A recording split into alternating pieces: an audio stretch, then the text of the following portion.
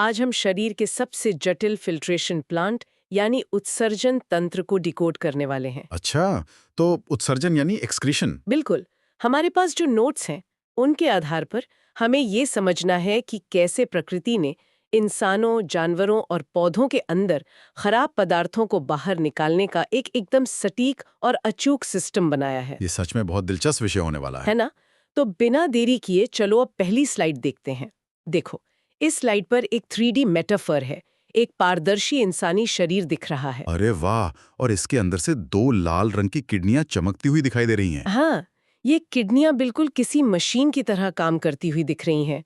अब अगर इसके कंटेंट को डिकोड करें, तो इसमें सबसे पहला पॉइंट है कि अपशिष्ट यानी खराब पदार्थों को शरीर से बाहर निकालना ही उत्सर्जन कहलाता है। सही बात है। और नोट्स में लिखा है कि जो अंग ये काम करते हैं, उन्हें उत्सर्जी अंग कहते हैं। बिल्कुल। और उत्सर्जन के दौरान जो पदार्थ बाहर निकलता है, उसे उत्सर्जी पदार्थ कहते हैं। ये तो बेसिक परिभाषाएं हो गई। लेकिन मेरे दिमाग में अभी से एक डाउट आ रहा है। हाँ, बताऊं? क्या सोच रही हो? अगर शरीर से हर खराब चीज को बाहर निकालना उत्सर्जन की परिभाषा में आता है, तो क्या गर्मी में जो हमें पसीना आता है, वो भी इसी प्रक्रिया का हिस्सा है? ये बहुत ही बढ़िया सवाल है। चलो अब अगली स्लाइड देखते हैं और इस पसीने वाले सवाल का जवाब ढूंढते हैं। देखो, इस स्लाइड पर 3D मेटाफर के रूप में हमारे शरीर के 5 अलग-अलग हिस्से दिख रहे हैं। अच्छा, ये स्किन, फेफड़ा, बड़ी आंत, यकृत और वृक्क हैं। हाँ, और ये सब एक फैक्ट्री के अलग-अलग वेंटिलेशन और फिल्टर पाइप्स की तरह काम करते हुए नजर आ रहे हैं। मतलब शरीर में कचरा निकालने के 5 अलग-अलग रास्ते हैं। बिल्कुल। कंटेंट के हिसाब से देखें तो त्वचा, पसीना, सीबम और नमक निकालती है। तो मेरे सवाल का जवाब मिल गया। पसीना आना भी उत्सर्जन ही है। एकदम सही। और फेफड़ा कार्बन डाइऑक्साइड, जल वाष्प और बलगम निकालता है। बड़ी आंत तो अपचा भोजन बाहर निकालती ही है। और यकृत यानी लिवर का काम अमोनिया को यूरिया में बदलना है। हाँ, और आखिर में वृक्क यानी किडनी जो यूरिया और पेशाब का उत्सर्जन करता है। रुको एक सेकंड। एक चीज खटक रही है मुझे। क्या हुआ? त्वचा और फेफड़े तो सीधे तौर पर चीजें बाहर निकाल रहे हैं, लेकिन यकृत का काम तो एक केमिकल, मतलब अमोनिया को दूसरे केमिकल यूरिया में बदलना है। हाँ, बिल्कुल। तो क्या यकृत सबसे अहम उत्सर्जी अंग है? क्योंकि वो तो कुछ बाहर फेंक ही नहीं रहा। ये बहुत गहरी बात पकड़ी तुमने। चलो अब अगली स्लाइड देखते हैं, जहां यकृत पर ही खास फोकस किया गया है। देखो, इस स्लाइड पर 3D ऑब्जेक्ट के तौर पर एक बड़ा सा गहरे लाल रंग का यकृत धड़कता हुआ दिख रहा है। और ये शरीर के लिए एक ढाल, एक शील्ड बना रहा है। एग्जैक्टली। नोट्स कहते हैं कि यकृत मनुष्य का सबसे महत्वपूर्ण उत्सर्जी अंग है। अच्छा। हाँ, क्योंकि जहर खाने से या शराब पीने से हमारा यकृत ही सबसे ज्यादा प्रभावित होता है। क्योंकि वो सबसे आगे खड़ा होता है लड़ने के लिए। और नोट्स में एक लाइन ये भी है कि किडनी जहर की मात्रा को काफी कंट्रोल कर लेती है। सही पढ़ा तुमने। तो अगर जहर या शराब से यकृत डैमेज होता है, तो फिर लाइन में लिखा है कि किडनी भी जहर को कंट्रोल कर लेती है। क्या किडनी यकृत के बैकअप के तौर पर काम करती है? ये एक बहुत अच्छा नजरिया है इसे देखने का। वो एक दूसरे का साथ देते हैं। खैर, चलो अब अगली स्लाइड देखते हैं और इंसानों से हटकर पौधों की दुनिया में चलते हैं। पौधों का उत्सर्जन, ये तो अक्सर हम इग्नोर ही कर देते हैं। बिल्कुल। देखो, इस स्लाइड पर एक शानदार 3D विजुअल है। एक पुराने पेड़ के तने का कटा हुआ हिस्सा है। हाँ, और इसमें से सुनहरे रंग का गोंद और एक सफेद दूधिया तरल नीचे की तरफ टपक रहा है। यही तो पौधों का कचरा है। नोट्स के मुताबिक पौधे के उत्सर्जी पदार्थ मुख्य रूप से गोंद, रेजिन और टैनिन होते हैं। अच्छा, ये जो टैनिन है, ये वृक्षों की छाल में संचित रहता है। हाँ, और रेजिन व गोंद पुराने जाइलम में संचित रहते हैं। और कुछ पौधों में उत्सर्जी पदार्थ गाढ़े दूधिया तरल के रूप में जमा रहता है, जिसे लेटेक्स कहते हैं। बिल्कुल सही। किसी भी पौधे से निकलने वाला ये दूध ही लेटेक्स कहलाता है। जैसे बबूल के पौधे से गोंद उत्सर्जी पदार्थ के रूप में निकलता है। रुको रुको, मेरा दिमाग घूम रहा है। क्यों, क्या हुआ? मतलब जो गोंद हम किताबों को चिपकाने या फिर सर्दियों में खाने में इस्तेमाल करते हैं, वो असल में पौधे का कचरा है। तकनीकी तौर पर हाँ। और क्या हर पौधे से निकलने वाले सफेद दूध को विज्ञान में लेटेक्स ही कहेंगे? हाँ, विज्ञान की भाषा में उसे लेटेक्स ही कहा जाता है। है ना कमाल की बात? बहुत ही अजीब, लेकिन सच में कमाल की बात है। चलो अब अगली स्लाइड देखते हैं, जहां हम इन वेस्ट केमिकल्स के बनने के पीछे की केमिस्ट्री समझेंगे। देखो, इस स्लाइड पर एक 3D ऑब्जेक्ट है। ये क्या है? कोई मॉलिक्यूल लग रहा है। हाँ, ये यूरिया का एक चमकता हुआ मॉलिक्यूलर स्ट्रक्चर है जो हवा में घूम रहा है और टूट रहा है। तो नोट्स बताते हैं कि जलीय पौधे उत्सर्जी पदार्थों को विसरण यानी डिफ्यूजन द्वारा सीधे जल में निष्कासित करते हैं। और हम जैसे जीवों के शरीर में अपापचयी यानी मेटाबॉलिक क्रियाओं के फलस्वरूप जो अपशिष्ट पदार्थ उत्पन्न होते हैं, उनका निष्कासन उत्सर्जन कहलाता है। और ये कचरा बनता कैसे है? नोट्स में साफ लिखा है कि प्रोटीन तथा एमिनो अम्ल के विखंडन के फलस्वरूप नाइट्रोजनी पदार्थ बनते हैं, जैसे कि अमोनिया, यूरिया या यूरिक अम्ल। बिल्कुल। मुझे एक डाउट है यहाँ पर। पूछो। बचपन से पढ़ते आ रहे हैं कि प्रोटीन तो शरीर की ग्रोथ के लिए बहुत जरूरी है, तो उसके विखंडन से यानी टूटने से ये जहरीले नाइट्रोजन वाले पदार्थ जैसे अमोनिया कैसे बन जाते हैं? ये सारा खेल नाइट्रोजन का है, जो प्रोटीन में मौजूद होता है। जब प्रोटीन टूटता है तो वो अलग हो जाता है। चलो अब अगली स्लाइड देखते हैं कि कौन सा जीव शरीर से कौन सा रसायन बाहर निकालता है। अच्छा, हर जीव का अलग रसायन होता है क्या? हाँ, देखो इस स्लाइड पर एक 3D मेटाफर है। 3 अलग-अलग प्राणी दिख रहे हैं, एक इंसान, एक मछली और एक पक्षी। और उनके सामने उनके उत्सर्जी पदार्थों के नाम अलग-अलग रंगों में चमक रहे हैं।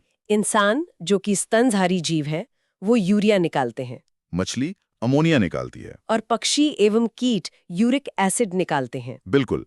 और इंसान के वृक्क यानी किडनी से संबंधित रचनाएं जो उत्सर्जन में भाग लेती हैं, वो हैं मूत्रवाहिनी, मूत्राशय तथा मूत्रमार्ग। ये तो समझ आ गया, लेकिन एक चीज सोचने वाली है। क्या? मछली सीधा अमोनिया निकाल रही है और इंसान यूरिया निकाल रहा है। क्या इसका सीधा संबंध इस बात से है कि किस जीव के आसपास कितना पानी मौजूद है? एग्जैक्टली। अमोनिया को डाइल्यूट करने के लिए बहुत पानी चाहिए, जो मछली के पास होता है। और हमारे पास उतना पानी नहीं होता। सही कहा। चलो अब अगली स्लाइड देखते हैं, जहां पानी और यूरिया का ही जिक्र है। देखो, इस स्लाइड पर एक 3D ऑब्जेक्ट है, एक पारदर्शी मेडिकल टेस्ट ट्यूब। और इसमें हल्के पीले रंग का तरल पदार्थ भरा हुआ है। हाँ, ये मूत्र है। नोट्स के अनुसार मूत्र में जल 69%, यूरिया 2% एवं अन्य पदार्थ 2% होते हैं। इसका स्वभाव अम्लीय होता है, यानी एसिडिक होता है, जिसका पीएच मान 6.0 है। और इसका जो पीला रंग है वो यूरोक्रोम के कारण होता है। मूत्र में गंध अमोनिया के कारण होती है। यूरिया से अमोनिया बनने में लगभग 2 घंटे का समय लगता है और मूत्राशय में लगभग 500 ml तक मूत्र जमा रह सकता है। ये काफी अहम डेटा है। लेकिन मेरे दिमाग की बत्ती कहीं और जल रही है। कहाँ? हम इंसान तो यूरिया का उत्सर्जन करते हैं, फिर स्लाइड कह रही है कि मूत्र में गंध अमोनिया की वजह से होती है। हाँ, तो क्या इसका मतलब है कि शरीर से बाहर आने के 2 घंटे बाद यूरिया सड़कर अमोनिया बन जाता है? बिल्कुल। बाहर मौजूद बैक्टीरिया उस यूरिया को वापस अमोनिया में बदल देते हैं, इसीलिए वो तेज गंध आती है। अच्छा, अब समझ आया।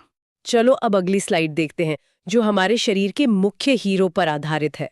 देखो, इस स्लाइड पर 3D ऑब्जेक्ट के रूप में एक किडनी को बीच से काटकर दिखाया गया है। और इसके अंदर छोटी-छोटी लाखों माइक्रो मशीनें लगी हुई हैं। हाँ, ये मनुष्य का प्रमुख उत्सर्जी अंग है और वृक्क की रचनात्मक और क्रियात्मक इकाई नेफ्रॉन है। यानी वृक्क नेफ्रॉन का बना होता है। बिल्कुल सही। तो मेरा डाउट ये है कि अगर पूरी की पूरी किडनी नेफ्रॉन से बनी है, तो ये नेफ्रॉन असल में सिर्फ एक जाली है या खून को साफ करने वाली पूरी की पूरी एक फैक्ट्री है? ये एक पूरी की पूरी फैक्ट्री है।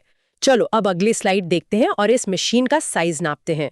देखो, इस स्लाइड पर 3D ऑब्जेक्ट है, एक डिजिटल नापने वाला फीता, जो एक सेम के बीच के आकार के किडनी के चारों ओर घूम रहा है। हाँ, नोट्स के अनुसार इसकी लंबाई करीब 10 सेंटीमीटर, चौड़ाई 5 से 6 सेंटीमीटर तथा मोटाई 2.5 से 4 सेंटीमीटर होती है। ये रक्त को छानता है और इसका कार्य पेशाब का निर्माण करना है। साथ ही शरीर में अम्ल तथा क्षार यानी एसिड बेस की मात्रा को संतुलित करना भी इसी का काम है। और ये जहर की मात्रा को निष्क्रिय करता है। मानव में वृक्क की संख्या 2 या कह लो 1 जोड़ी है। बिल्कुल। पर मुझे एक बात समझ नहीं आई। क्या? शरीर में अम्ल और क्षार को संतुलित करने का काम किडनी कैसे करती है? क्या ये तय करती है कि खून में कितना एसिड रहना चाहिए और कितना बाहर जाना चाहिए? हाँ, वो सेंसर्स की तरह काम करके एक्स्ट्रा एसिड को पेशाब में डाल देती है। चलो अब अगली स्लाइड देखते हैं और इसके अंदर गहराई से झांकते हैं। देखो, इस स्लाइड पर 3D ऑब्जेक्ट है, किडनी का एक मॉडल। इसके 3 अलग-अलग हिस्से अलग-अलग रंगों में चमक रहे हैं। हाँ, नोट्स कहते हैं कि इसका भार 140 ग्राम है और ये पेरिटोनियम झिल्ली से घिरा होता है। बाहरी भाग कॉर्टेक्स कहलाता है, भीतरी भाग मेड्यूला कहलाता है। और एक प्रवेश द्वार है जिसे रीनल हाइलम कहते हैं। इसी रीनल हाइलम में सबसे अधिक अमोनिया होता है। और एक वृक्क में लगभग 10 लाख नेफ्रॉन होते हैं। 10 लाख। हाँ, ये बहुत बड़ा नंबर है। प्रवेश द्वार यानी रीनल हाइलम पर ही सबसे अधिक अमोनिया क्यों होता है? क्या शरीर का सारा कचरा इसी रास्ते से किडनी में प्रवेश करता है? बिल्कुल, क्योंकि खून अभी अंदर आ ही रहा है, तो कचरा तो ज्यादा होगा ही। चलो अब अगली स्लाइड देखते हैं। देखो, इस स्लाइड पर एक 3D मेटाफर है। हाँ, एक सेम के बीच के आकार की किडनी है जिसके ऊपर संयोजी ऊतक की एक पतली पारदर्शी पन्नी चढ़ी हुई है। उसे कैप्सूल कहते हैं और अंदर उलझे हुए लंबे धागे नजर आ रहे हैं। नोट्स के मुताबिक प्रत्येक वृक्क बाहर से संयोजी ऊतक तथा अरेखित पेशियों से बना एक पतले कैप्सूल से ढका होता है आकार सेम के बीज के जैसा होता है। और प्रत्येक वृक्क में सूक्ष्म लंबी कुंडलित नलिकाएं पाई जाती हैं जो नेफ्रॉन या वृक्क नलिकाएं कहलाती हैं। अच्छा, तो ये धागे नेफ्रॉन हैं। हाँ, पर ये नलिकाएं कुंडलित यानी मुड़ी हुई क्यों होती हैं? क्या सीरी पाइप होने से फिल्टर करने के लिए जगह कम पड़ जाती? तुमने एकदम सही पकड़ा। मुड़ी होने की वजह से सरफेस एरिया बढ़ जाता है। चलो अब अगली स्लाइड देखते हैं जहां असल फिल्ट्रेशन का काम होता है। देखो, इस स्लाइड पर 3D ऑब्जेक्ट है, एक नीले रंग की ट्यूब जिसमें से तरल पदार्थ 3 अलग-अलग चमकदार चरणों से होकर गुजर रहा है। हाँ, वृक्क द्वारा मूत्र निर्माण की क्रिया इन्हीं 3 चरणों में पूरी होती है। पहला ग्लोमेरुलर फिल्ट्रेशन, दूसरा ट्यूब्यूलर पुनर्अवशोषण जिसे अंग्रेजी में रीअब्जॉर्प्शन कहते हैं, और तीसरा ट्यूब्युलर स्रावण यानी सिक्रीशन।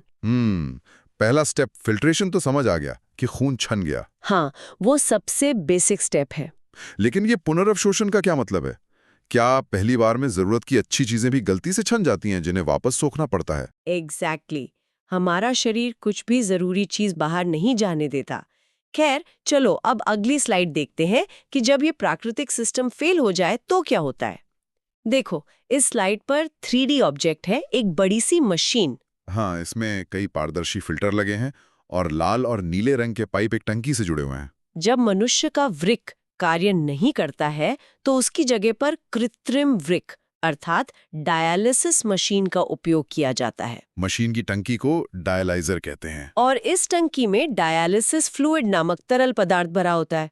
अच्छा, तो क्या ये डायलिसिस फ्लूइड बिल्कुल हमारे शरीर के खून जैसा ही एक तरल होता है जो शरीर के बाहर कचरा खींचने का माहौल बनाता है? बिल्कुल सही पकड़ा। डिफ्यूजन के जरिए कचरा खून से फ्लूइड में चला जाता है। चलो अब अगली स्लाइड देखते हैं और इस मशीन की वर्किंग समझते हैं। देखो, इस स्लाइड पर 3D ऑब्जेक्ट है। धमनियों से निकलता हुआ खून जो पाइप से गुजरते हुए बर्फ की तरह 0 डिग्री सेल्सियस तक ठंडा हो रहा है। हाँ, डायलिसिस के समय रोगी के शरीर का रक्त एक धमनी के द्वारा निकालकर उसे 0 डिग्री तक ठंडा किया जाता है। रक्त का शुद्धिकरण की ये प्रक्रिया हीमोडायलिसिस कहलाती है। और नोट्स बताते हैं कि यूरिया की मात्रा 100 मिलीलीटर रक्त में 30 mg मानी जाती है। यूरिक अम्ल की मात्रा 100 मिलीलीटर रक्त में 2 या 3 mg तक होती है। प्रतिदिन करीब 1.5 से 2 ग्राम यूरिक अम्ल मूत्र के साथ उत्सर्जित होता है। बिल्कुल। लेकिन एक डाउट है, खून को शरीर से निकालकर 0 डिग्री तक ठंडा क्यों किया जाता है? क्या गर्म खून को मशीन में डालने से खून के जमने यानी क्लॉटिंग या खराब होने का डर रहता है? एकदम सही। गर्म खून हवा के संपर्क में आते ही जमने लगता है, इसलिए उसे ठंडा करना जरूरी है। चलो अब आखिरी स्लाइड देखते हैं और नेफ्रॉन के स्ट्रक्चर को जूम करके देखते हैं।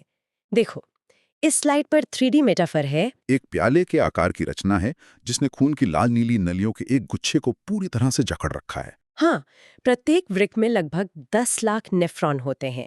इनका आरंभ इसी प्याले जैसी रचना से होता है जिसे बोमन संपुट कहते हैं। अच्छा, और ये रक्त कोशिकाओं के जाल को घेरता है जिसे ग्लोमेरुलस कहते हैं। दोनों को मिलाकर मैल्पिगियन कोश कहते हैं। बिल्कुल।